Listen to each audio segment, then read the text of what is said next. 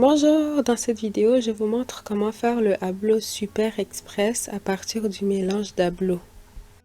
J'ai dernièrement rédigé un livre électronique dans lequel je vous montre comment faire le mélange d'Ablo Ultime et le mélange d'Ablo au chocolat. Dans cette vidéo, je vous montre comment faire le Ablo à partir du mélange de Ablo Ultime. Je vous laisserai le lien du livre dans la description. Comme vous pouvez le voir à l'écran, ce sont des mélanges qui vous permettent d'obtenir des Ablos super moelleux et vraiment aérés. Tout ce dont vous avez besoin pour réaliser ces Ablos, c'est simplement de l'eau et bien sûr le mélange. L'eau doit être tiède à chaude, maximum 40 degrés Celsius.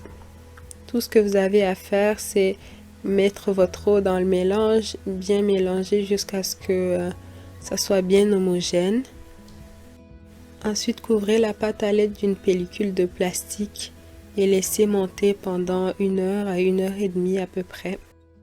Moi, j'ai laissé mon mélange dans un four éteint et prenez note que plus il fait chaud chez vous, plus que ça va aller vite. Le temps de repos de la pâte serait beaucoup plus vite que s'il fait froid, comme chez moi par exemple. C'est pour ça que je l'ai mis dans le four éteint.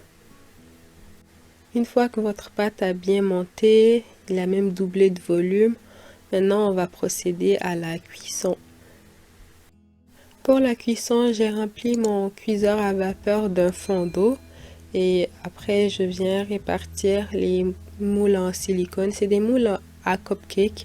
Si je trouve le lien des moules, je vous mettrai tout ça dans la description. Ainsi que le cuiseur à vapeur si jamais ça vous intéresse. Une fois les moules en place, maintenant je me sers d'une cuillère à glace et je vais répartir la pâte dans chaque moule. Faites attention de ne pas casser les petites bulles qui sont créées pendant le temps de repos. C'est ça qui va vous permettre d'obtenir des Ablos bien aérés. Si vous faites retomber la pâte ou que vous ne le faites pas assez bien monter, vous risquez d'obtenir des Ablos un petit peu compacts. Une fois que la pâte est bien répartie dans tous les moules, maintenant couvrez et faites cuire pendant 25 à 30 minutes. N'ouvrez surtout pas votre cuiseur à vapeur les 15 premières minutes. Après une trentaine de minutes environ, les Ablos sont bien prêts. Vous les retirez du feu et faites attention de ne pas vous brûler avec la vapeur. Et voilà, vous obtenez des Ablos bien aérés. Et tout ce que vous avez eu à faire, c'est juste d'ajouter de l'eau dans un mélange. Et le résultat, il est exceptionnel. Je vous laisserai encore une fois le lien du e-book, du livre digital dans la description.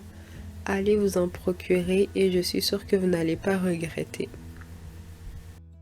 Le Ablo se mange de différentes manières. Vous pouvez le manger avec une sauce tomate, une sauce piquante, seul ou accompagné du poulet braisé, poisson braisé, poisson frit, avec des crudités à côté. Faites un peu ce que vous voulez. Et si vous êtes à la recherche d'une idée de comment faire une sauce piquante, le chito, le fion-fion ou le piment noir, je vous ai fait un atelier virtuel où je vous montre comment le réaliser en seulement 5 minutes de cuisson. Et oui, c'est possible. Je vous donne mon secret dans cet atelier-là. Je vous laisserai le lien de cet atelier dans la description. Je vous dis à la prochaine. Bye! Bonjour, dans cette vidéo, je vous montre comment je réalise ma sauce super express pour accompagner le dokunu, Ablo, akasa et bien d'autres. Mais avant, j'aimerais vous présenter un atelier que j'ai sorti dernièrement où je vous montre comment réaliser chito, fion-fion ou le piment noir en seulement 5 minutes de cuisson. Je vous laisserai le lien de l'atelier dans la description. Si ce n'est pas encore fait, prenez le temps de vous abonner en activant la cloche de notification juste à côté du bouton s'abonner et suivez-moi sur les réseaux sociaux. Je vous laisserai tous les liens dans la description. Pour faire cette sauce hyper express, il vous faut du tomate broyée, du sel et de l'eau si besoin. Et le plus important, ça serait le Cheeto que je vous ai présenté précédemment.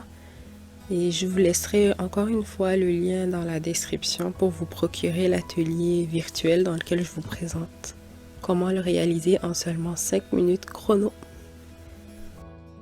Pour la sauce tomate, on vient simplement faire bouillir la tomate broyée, on ajoute de l'eau si besoin, on sel au goût. Personnellement, j'ai juste mis ça, mais vous pouvez rajouter d'autres épices si vous le souhaitez. Je préfère le garder très simple parce que le Cheeto, fion-fion ou le piment noir suffit en lui-même. Pour ceux qui ne connaissent pas le Cheeto, fion-fion ou encore le piment noir, c'est une sauce épicée à base de petits poissons ou crevettes fumées séchées qu'on accompagne avec plein de plats différents comme le doknu, ablo, akassa ou kafa, même le pain. En fait, toute chose que vous voulez, vous pouvez l'accompagner avec du Cheeto. Et c'est une sauce qui de base prend plusieurs heures de cuisson, mais moi je vous la propose dans mon atelier où vous pouvez le réaliser en seulement 5 minutes de cuisson seulement. Je vous donne une petite astuce que ma grand-mère elle utilisait pour éliminer l'acidité de la tomate, c'est qu'elle utilisait du bicarbonate de soude. Elle laissait bouillir la tomate. Vous allez voir quand vous allez la mettre, ça va commencer à mousser.